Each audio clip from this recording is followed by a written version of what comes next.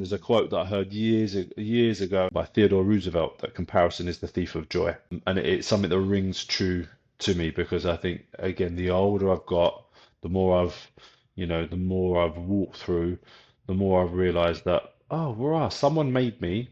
And for me, I think that's Jesus made me to be the way I am. He's given me the gifts for me for a particular time, space, and purpose. Um, so who am I to try and go against that?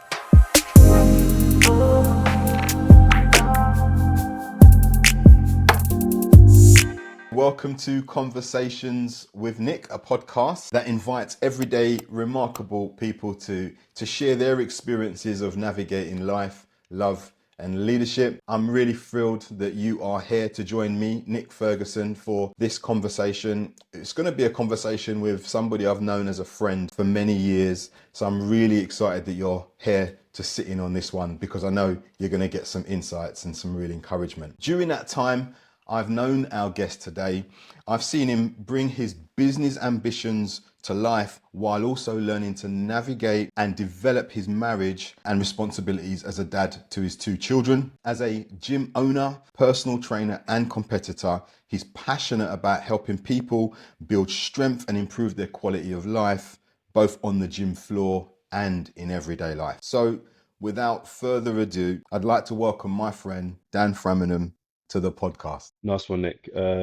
Great to be here this morning. Well, say this afternoon now. Great to be here. Yeah. I mean, I'll say a little bit about myself, in terms of who I am. I think first and foremost, I'll say as it is. I'm a Christian man. I'm a man that's been saved by the grace of God, and lives in light of that every single day. I'm a husband. I'm a business owner. I'm a dad. And I'm also a pastor as well. So spinning many plates, but equally enjoying spinning them as well. I don't think I'm dropping them yet, but I enjoy it. I think chatting to someone just the other day, we were just talking about life, sort of, what we do. Actually, I was actually talking about it in the context of being on holiday, and I was saying I had a great holiday, but I was glad to get back to my life because I love my life.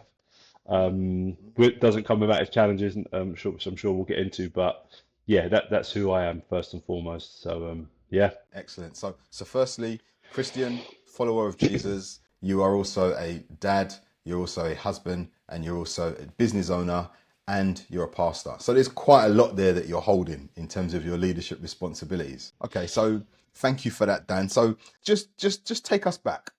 Yeah, Mm. obviously, I know you, I've known you for many years. You and I have been friends for many years.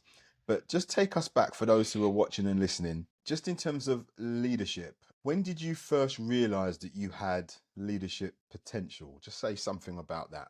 Yeah, good question. I wouldn't say I could necessarily pinpoint it to a particular age or stage. I think, yeah, and I'm sure this will probably be an area we'll talk about later. I think I definitely used to think leadership was a certain sort of style. Someone who's up front, who's someone's confident, someone who can clearly articulate themselves, someone who's good at um, managing or leading people around, and it is those things. But I think I realized, well, I wouldn't say sort of super early on, but like uh, I would have a different style of doing things, and that's definitely something I've had to wrestle with in terms of my style of leadership is different from maybe yours, from someone else's. Um, but I think in terms of when I first really felt, okay, no, I'm called to be a leader. If I'm probably being honest, it's probably when I got married. Um, I married and I'm still married to um, a lovely, beautiful lady called Charlene. We've been married coming on 17 years, and she's a couple years older than me. And I think when we first got married, I quite quickly realized, wow, she is a strong woman, and I need to learn to lead. I need to learn to lead her, but I also need to learn to lead myself as well. So I think that was probably the first age. So in terms of age, that would be sort of early 20s. No, I'm sure there was other context. If I go back to sort of some of my sporting endeavors, playing, playing football, playing boxing, in different sort of contexts. There was always a case of learning to lead myself, but also, in like a football team or something like that, there was a case I would always be someone that would step up and try and lead by example. Maybe not necessarily the loudest person on the pitch, but someone that would, put their neck on the line and lead by example. So I guess in different contexts, you could probably say early 20s, maybe a little bit in the sporting arena, maybe a little bit before that. Yeah. It's interesting that the point when you reflect back and think about when you really needed to think about leadership, and it maybe was you were more cognizant and mindful of it, Mm, was when you got married, mm, and you got married to a strong woman, mm, and you recognize in order for you to be able to lead well, you need to, what I'm hearing is that you recognize there's a level to which you needed to think about leadership quite intentionally, maybe in a mm. way that you hadn't done before. Yeah. In other Yeah. contexts, in the sporting arenas and all those types of spaces, Yeah, it was sure. something you were doing, Mm, maybe, but mm. maybe, but when you got married, it was almost like, need to think about this intentionally because she's strong. Yeah, definitely. And I'd say in terms of, and we'll get into this, I'm sure, but I think as I've grown, I think there's been different, how would I say, maybe different levels of leadership of, okay, I need to grow, I need to learn to lead in this area, I need to learn to lead a team of people, I need to lead to learn a congregation. I think there's different Mm, capacities and contexts which I've learned, and dare I say, I'm still learning, um, in terms of how to lead. I think, one of the biggest things that I don't want to say I'm strong in it, but I think I've definitely worked at it, and I like to think I'm doing okay with it. Is learning to lead myself. I think that's probably an area of leadership that I think we can often just skirt over and talk about, and we think, no, we've got to go and lead. We've got to go and lead them. We've got to do all this stuff. But I think, unless you can lead yourself well, I think that stuff will potentially can be unpicked and can fall down. yeah. So I think learning to lead yourself well, I think is key.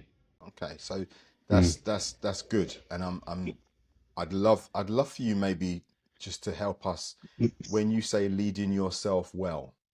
What does that look like? What does that mm. look like for I'm going to you? flesh it Just out a to bit. be might be helpful. Yeah. Yeah. I mean, I think I would tend to try and break it down into categories around my physical well-being, my emotional well-being, my mental well-being. Um, I'm sure there's another category there, but sort of three or four categories in terms of my spiritual well-being. Um, Almost if I had a barometer, how am I doing? How am I doing on that? If I'm not ill, I'm super strong in the gym, I'm rested well. If that's a five, or that's a 10, as in optimal, where I am that, where am I on that scale? Knowing that different seasons of life, these scales will move around a little bit. Um, but I think in terms of that, in terms of my relationships, I try to connect with good friends regularly in terms of, I would say I've got a number of friends that I know well, but then I would say there's a handful that know me really well, and vice versa. And I think that would be one area. Okay, how am I doing with that? Am I intentionally connecting? Am I intentionally reaching out when maybe I'm not doing great? Um, that would be one area. Spiritually, what does that look like for me? Am I for me, spending time in prayer and reading the Bible and um, being vulnerable, with Jesus and talking to Him. How am I doing on that? Not that I'm trying to reach this thing, but am I actively pursuing Him? Am I actively doing that in terms of my health? Am I looking sure? Am I leading myself well in terms of getting to bed early? So I've got capacity for all those things, but for my family, for my kids. So I think that's what I mean, I guess. Yeah, in terms I would have a number of different areas that I daily really, and a lot of it is probably done without even thinking about it. So I'm a routine guy. I think I thrive on routine. I'd fight someone today and think that actually we all thrive on routine. We might not all like it and want it, but as I've seen, as I'm a dad and stuff, I've seen that my kids thrive better when there's routine. Now there's boundaries and there's flexibility with that, but there is some type of structure. Yeah, so I know I thrive on those things. So for you, self-leadership is identifying some key areas of your life, whether that be your relationships, whether that be your mental health, your physical health, your spiritual health, and just kind of gauging where you are on any of those at any given time. And I guess taking steps to ensure that you're moving from a 5 to a 6 or a 6 to a 7 if you're scaling out of 10, and just being very intentional about that. And for you, one of the things about self-leadership for you would be the importance of routine, you know, Yeah, having a routine and a structure that helps you to kind of maintain those areas as best as you can. yeah, definitely. And I think, I'm married to a woman who definitely is way more spontaneous than I am, which is a good thing. And that's allowed me to almost have sort of, I guess, have some flex within my routine and my structure, which is good. Whereas historically could easily be very black and white, very, I wouldn't necessarily say driven, but just kind of this is what it says, so this is what I'm going to do type thing. Whereas as you get a bit older and you learn that, nah, you can chill out a bit, but having those sort of structure and rhythms and routines in life, I know it helps me thrive. Fantastic. Mm, And there's something about self-leadership, I guess, which also includes knowing yourself and self-awareness. And I think you've spoken mm, to that really in terms of knowing how you work and what works best for you. No, that's fantastic. mm, Okay, so what can you say about the chapter of life you're in now, Dan? yeah. How would you describe this current chapter that you're in? So I'm 41. So recently entered my 40s. I think it felt a significant moment. Um, it felt, oh, I'm an adult now. Not that, not that I wasn't before, but I think, if I look back in terms of I've grown with more responsibility. So, my kids are now teenagers. Um, they don't need me as much in terms of as hands-on, um, but I feel like they almost need me more in terms of um, uh, spiritually, wisdom, guidance, and sounding boards. And what do you think about this, Dad? I'm really trying to impact them. So I think I try to. I'm a very hands-on dad in terms of I'm present, and so I think that takes up a lot of my time um, in a good way. In a good way, I recognise that there's actually a small window I've got. So that takes up a bit of time. My wife as well. I enjoy spending time with her. So there's, with all the thing that all the other things that I'm juggling, which I'll get to in a moment. Those two things, the home, the family, um, uh, is always a priority. Do I drop the ball on it? Yeah, I do drop the ball in terms of sort of sometimes maybe prioritize something else or do that. But um, I think it's a huge value for me to be present, not just physically but emotionally and practically to be around for them. I own a gym. It's a personal training gym. So I still do some personal training, not huge amounts anymore, but just running the business with a number of staff here. So leading that. So yeah, I give significant time to that, to my week. I'd probably say 60% of my working week is dedicated is to that. And that is more of the behind the scenes stuff, trying to grow the business, systems, processes, um, retention, leads, lead generation, that type of stuff. That is where a lot of my effort goes. Plus, alongside, probably sort of maybe I don't know, 10 hours, 12 hours of one-to-one client work. And then the other section of my life is a pastor. I'm a pastor at a local church, so I have the privilege of leading a site. It's a fairly large church. So yeah, pastoring that in terms of hosting, leading meetings, would preach from time to time, meet with people. Yeah, so which also it demands quite a lot. So I think all of this, if I wasn't structured and disciplined and was organized, I think I'd probably come unstuck. Um, but I think it's a definitely a gift of mine to be sort of disciplined and structured. It's definitely the way I'm wired. It's almost like someone new that I'll be put into this place, and I might need certain gifts to sort of flourish and function in that. So yeah, I think that the biggest sort of area of my life which is takes its toll is probably just the emotional load. All of it's with people, which I love. But with that, it's great. It's a great blessing, but also brings its challenges emotionally from time to time as well. So yeah, I wouldn't say busy. My life's full. I don't really like the word busy because I don't think I am busy. My life's full. Yeah, and I try and get in a few gym sessions a week as well, just to keep me sharp. Fantastic. So current chapter of your life is full. Mm, You've got responsibilities as a business owner, you've got responsibilities as a trainer, you've got responsibilities as a father, as a husband, and also in a pastoral capacity at a local church where you're carrying responsibility there as well. So you've said something about actually the different contexts in which you find yourself leading.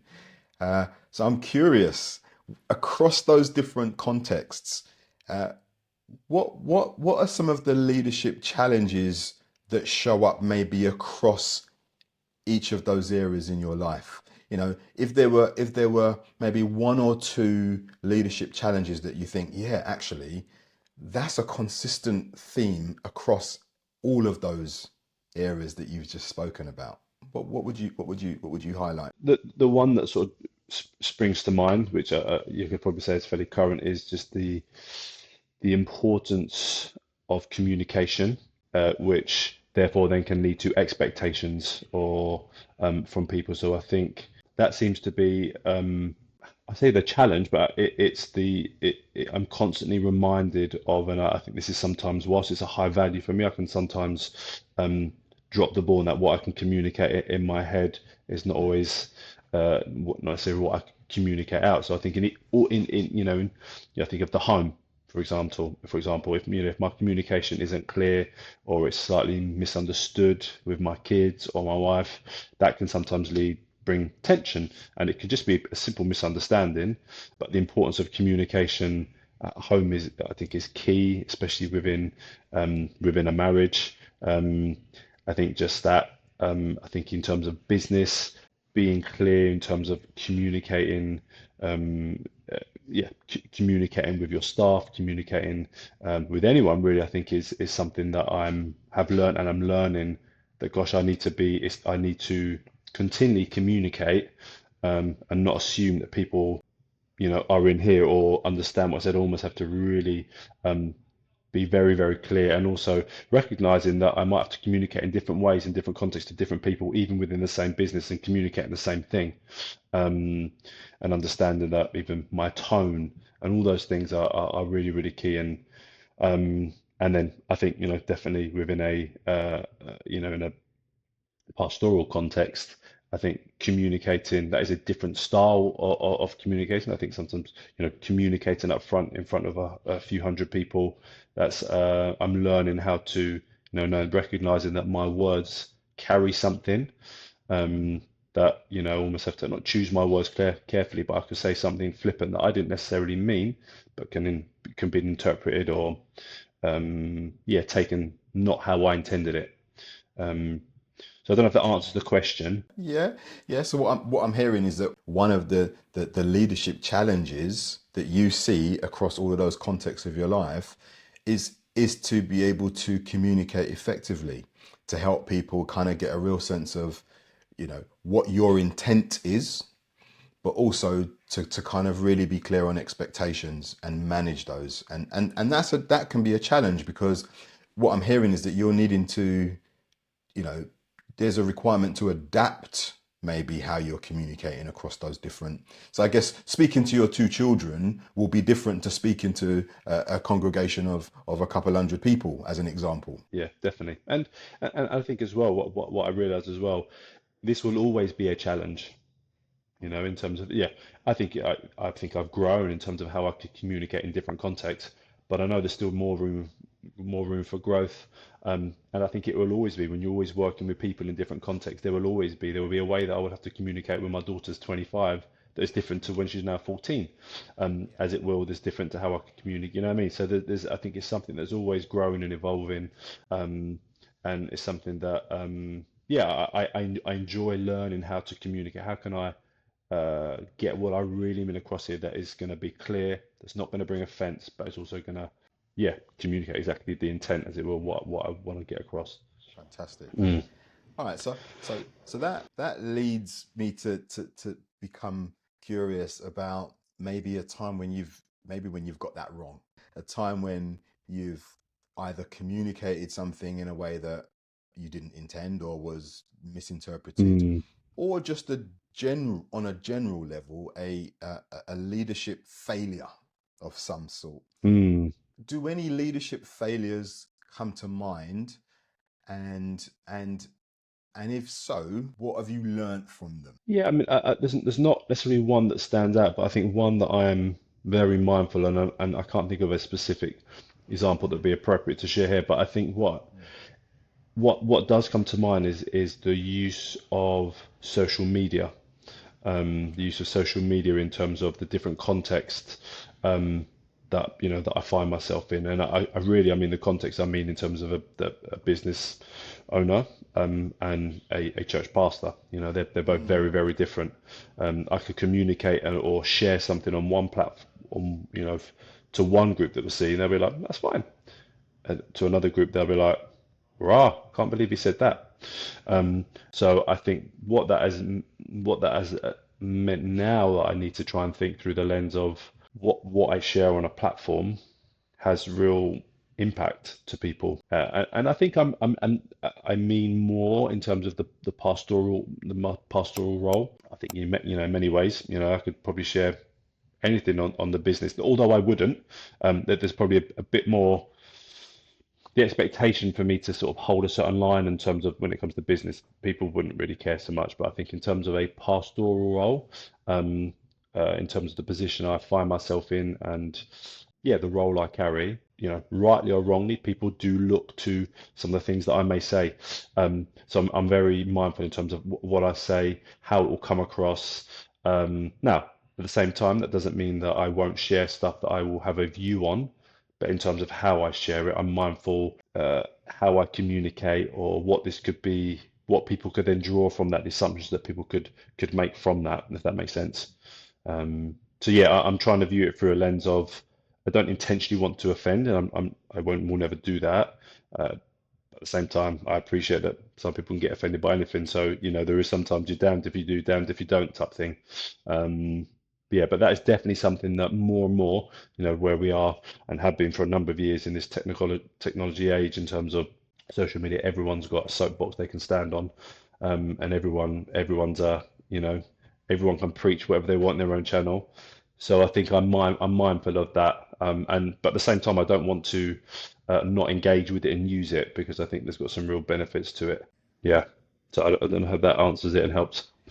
no, I think that is helpful. You're speaking to the importance again of being thoughtful as a leader Mm, about your messaging, about what you're communicating. It comes back to communication again, doesn't it? yeah, And just yeah, how significant that can be, because, like you said, in some of your leadership capacities, what you'll find is people will take what you're saying very, very seriously, even if for you it's just a mm, flippant, just a yeah, comment, a passing comment. yeah, Actually, some people can latch on to that and take it much mm, more seriously, and that wouldn't have been your intent. So yeah, so just being mindful about what you're sharing and where you're yeah. sharing it. I think another thing that comes to mind in terms of leadership failure is I think probably earlier on and maybe up until recently, I think that there was a point where I was almost like, how am I doing as a leader? How like quite focused on me in terms of my performance and what I'm doing. Which I don't necessarily think is a bad thing, but one a high value for me is raising other people up and bringing other people into the conversation and almost creating a platform with what I've got for other people. Um, so I think more and more that's something an area I want to grow in. Within well, definitely at home, but also within the business context and also in the church context as well. Because it's not all about me. Yeah, I may have a mic and I've got a platform, but I also believe I've got that in order that I can bring other people up and invest in other people as well. So I think that is definitely a focus of where I'm at now. Is something I've probably not done as well in the past, or maybe I've done it in fits and starts. But it's definitely something I see the real significance and importance of doing that. And one of the reasons I think I've got the platform up is in order to bring other people along as well, and invest in other people in order that they can go on and be and do all that they're called to do or want to do and chase their sort of calling or desires or dreams or whatever it may be. Yeah, and that's fascinating, and I think it's depending obviously your lead on depending on your leadership approach and philosophy. I'm with you. I hold that value as well. and I think it's an important one. I was speaking with somebody else recently on the podcast about their reflections on leadership, and literally they echoed what you said. Leadership isn't about the leader. Mm. Ultimately, effective leaders are looking to create spaces that can elevate others to reach Yeah, their potential and make their yeah, contribution to the world. And yeah. so often, thinking about social media, that's not necessarily what we're seeing. Mm. Often it can be all about Mm. the individual, and everyone's focused on this individual, almost like they become an Yeah, icon. yeah, And what's happening in the wake of that is maybe mm. many people are being hurt and damaged as a result of the way that person's potentially functioning in their private life. Yeah, sure. But no one's seeing that because that's not the bit that's going on social media. you Mm. know Yeah. so no, that's fascinating, Dan. Thank you. Mm. So who's impacted your thinking and your approach to leadership, just when you reflect back on your years? Who's impacted your leadership Mm. approach? Yeah, I mean, I think if I'm being honest, probably the person who's impacted to me the most has probably been my wife. Mm, She is a significant leader in her own right. That's probably one of her strongest gifts in terms of leadership and management, and her ability to build team, her ability to communicate well, her emotional intelligence around that. And I think, when I sort of first got to know her in a friendship capacity, it was with another friend of mine in London, and they were both very, very emotionally just switched on and aware, and I wasn't really. So I quite quickly learned a lot through that, and just saw how they interacted with people, especially her, how she dealt with people, how I guess her boldness and courage to say something that she felt that was that was right, her value for justice, and seeing her just be very clear in terms of this is what is right, and I'm going to speak, my mind with grace and clarity. So I think that has been a huge inspiration to me, and just seeing her operate in terms of she also works in the pastoral ministry as well. So just seeing her build team, and again simply just see her bring people up, raise people up, a very different style to how I do it. But I think I've learned that, oh wow, there's many ways to skin a cat, right? Um, so I think just seeing that has been a real inspiration, definitely to me. So that'd be one. I think one of my previous pastors, when I was in London, some of the values that he held and the way he led, again, very, very different to me, very, very, very different background, very different approach. But some of the values that he had, and the importance of that, has hugely shaped me. So, for example, the way he led his family, his value for family, the way he led that, his value, and the way he sort of led himself in terms of personal devotion, spiritually, and how that impacted him, and also his love for the local church. In terms of it, it's hugely stuck with me. These three areas.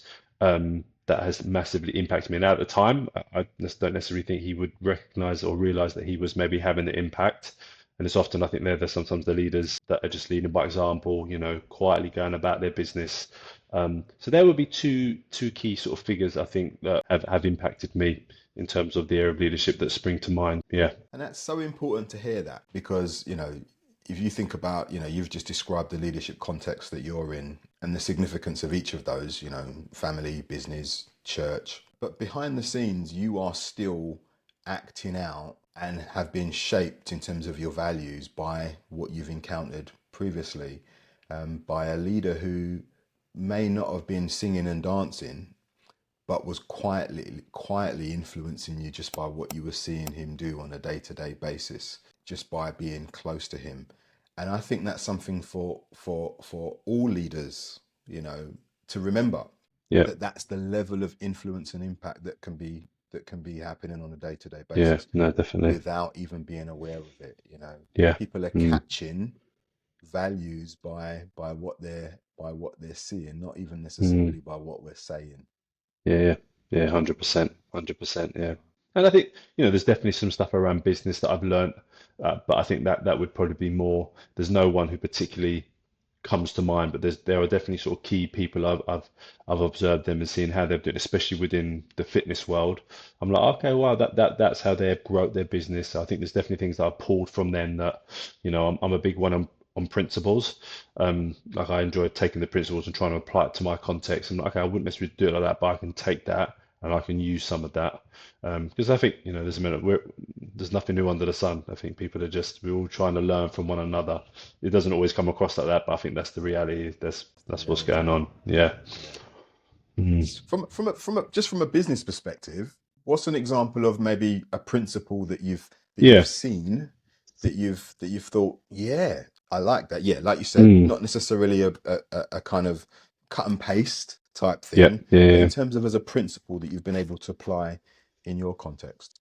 Yeah, I mean, I'll give you two. I'll give you two. One on the sort of the people side, and one on the sort of, I guess, the sort of business side. Although Mm, they can both put them in. So I think I think when it comes to people, in terms of people that would like to work at my gym or work with, for me, I always look for character, rather than gifting or skills, if you will, however you want to phrase it. Because I think you can often teach those things. Um, I'm not so sure. You can definitely grow in character, but the ability to turn up on time, to look presentable, to be honest, to mean what you say, um, those things are, I don't necessarily think you can definitely develop and grow, but they are key for me. So I think I've definitely made mistakes in the past where maybe I've been too quick to hire or bring on, um, and then you could probably say it shot me in the foot a little bit. And there's a number of different factors that have involved in that. Um, whereas, yeah, whereas I think for me that those things are key because I can teach someone how to run a personal training business. I can teach someone how to coach someone if they're willing to learn. But in terms of, yeah, integrity, honesty, transparency, those things, it's a bit harder to come by, especially in the business that I'm in. It's primarily a young man, woman's game. By nature, it's very visual, so there's a lot of emphasis placed on how you look, which again, is not a bad thing. But yeah, I think sometimes people place too much emphasis on that and not enough on the other stuff. Um, so yeah, so I think that's probably one in terms from a people point of view and staffing. I think the other one, which is a phrase that I heard a number of years ago from a real leading um, figure within the UK, and I would say now global fitness space, is this phrase of always be in beta. So always be in beta, BETA. So always be testing, always be um, reviewing, always be trying and testing and tweaking something when it comes to systems, when it comes to how you're doing things, whether it's a marketing strategy or whatever it may be. Always be, okay, it worked now, but do we just run the same thing again, or do we need to tweak it so we can get greater impact? Now, am I always great in putting that to practice? I'm learning how to do that, because it takes a bit more intentionality, and it can be easy to rest on your laurels if you were like, oh, that worked last time. Well, let's just roll it out again. Let's do that again. Whereas that also may work, but I think just asking those questions, okay, that worked. Okay, could we do something slightly different now?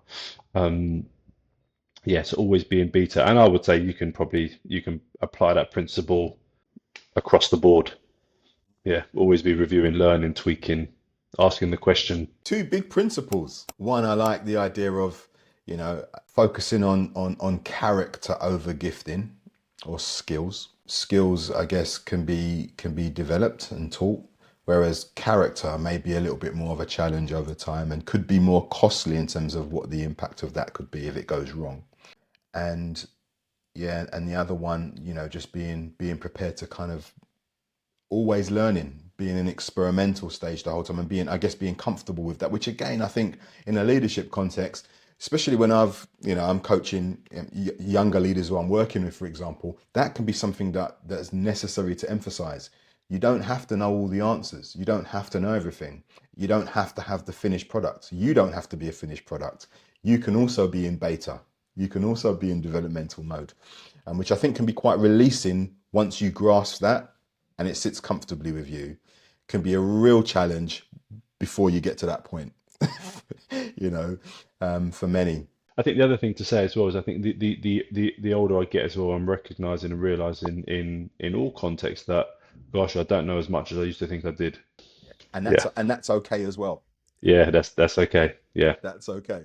Yeah, that's good. And it's interesting that that ties into what I was just gonna say, which is something I think you spoke to when you were saying you're looking for character over gifting, and you said particularly in your niche, your area around Mm, coaching, what you said was so long as someone, because you said that teaching someone how to coach isn't that difficult, and then you mm, said as long as they're teachable, mm, which is a character trait. mm.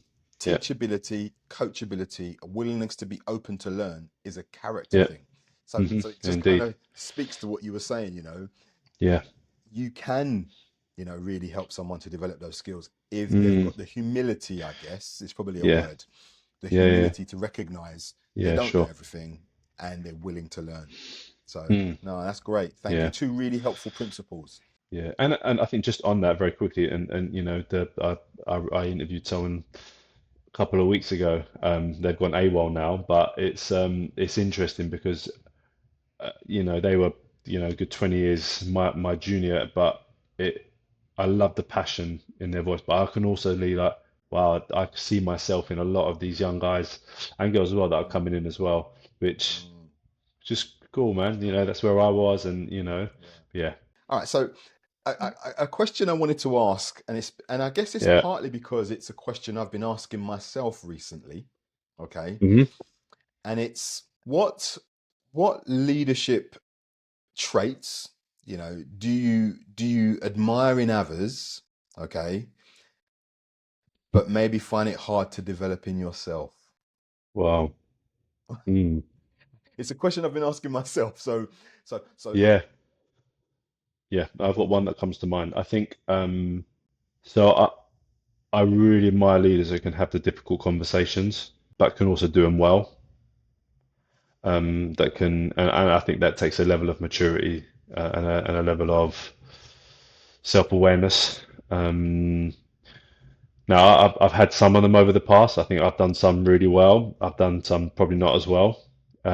But I definitely, yeah, I can even think of some maybe potential conversations I've got coming up where mm, I need to have, a conversation, uh, with someone, and yeah, they're not easy, but I think they need to be had, and I think they're areas to grow in. I think it's just. I mean, if I was to pull it back and if I was to really drill down and say, why do you struggle with it then? I think it would probably be something because, gosh, if I do that, they might not like me or they might not think as much about me as much. Yeah. And I want to be liked by people. I want to be valued by people.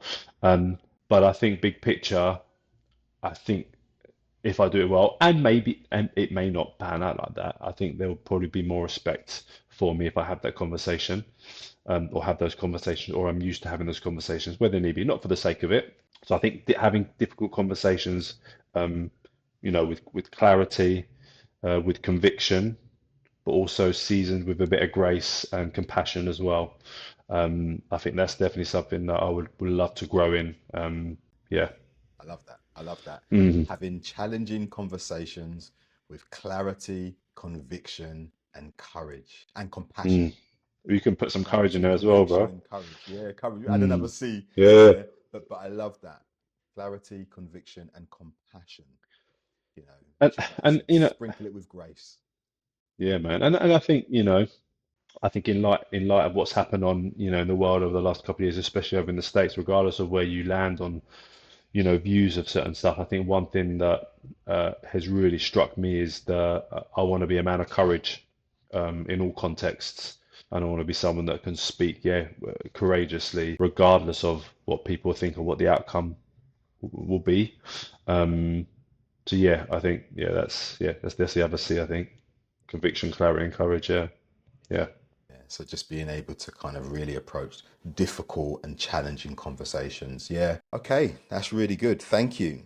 So just thinking, we're going to come into land soon. So just thinking about the future, what what do you see as meaningful leadership for you in the next chapter? Yeah, I mean, I'll circle back to something that I think where I'm at the moment is the whole raising and bringing other people up and bringing other people through and giving opportunities for people through. I think I have some space to do that within, um, within both contexts I find myself in. I mean, it will always be my kids and my kids and stuff. That's always a priority. But I think in terms of the gym space, and then the sort of part the church space, I think. I think in both and from different areas, I've got a lot to bring, a lot of experience, especially in the fitness space. It's something I've been doing for 23 years now. So I picked up one or two things along the way that I think that could be helpful for people that they might want to know. Um, so I love that the ability to try and develop people to grow, to help people grow. Um, you know, Ultimately, this is how I would, this is one of the reasons when I train my clients, I'm training them so they don't make the same mistakes in training that I did. They don't have to because I've done it for them. And it's the same in terms of leadership, starting a business, maybe opening a gym, maybe taking over a gym. Don't worry about X, Y, and Z. It's A, B, and C you need to focus on. That's where the money is. That's where the impact will be. So I think in those contexts, just bringing seeing something in other people, and then I think I'm learning the older I get. I'm not after the end products, man. I just need a little spark, a diamond in the rough. The other stuff can be polished off over the years. I think of some of the things that I would have done and said and conducted myself in both contexts. Yeah, I probably said some stupid things, but that's okay. That's okay. So I think that, and I think that one of the drivers behind that is because I think I was probably lacking of that in something. There's something I wish I had um, in the gym space, and I probably had it bits in church spaces, but someone that can really come along. So I said, "Nah, Dan, focus on this. This is the important thing, and it will always be. Focus on that. That is, if you can get that right, everything else you can build on top of that." So I think that's probably my hopes, my where I want to try and put my time. But yeah, Yeah, I love that, and the importance of just being able to have someone come alongside you, yeah, is invaluable. And again, yeah, because leadership, especially when you're starting out in leadership, not saying it doesn't necessarily, not saying it changes as you kind of develop in your leadership and yeah, you're taking on more responsibility, but it can certainly feel like a fairly isolating and lonely place. yeah, So to know you've got someone in your corner, not even if they're unseen by everybody yeah, else, but to know you've got someone in your corner who you can just kind of know is going to get alongside you, can be mm, so yeah, reassuring in yeah, those challenging moments. You want to definitely, be one of those people as you develop in mm, your leadership. yeah, Great. yeah, definitely, Fantastic. definitely, man. Okay, so let's bring it into land. I got a couple of kind of almost like wrap up questions. Okay. Yeah, yeah.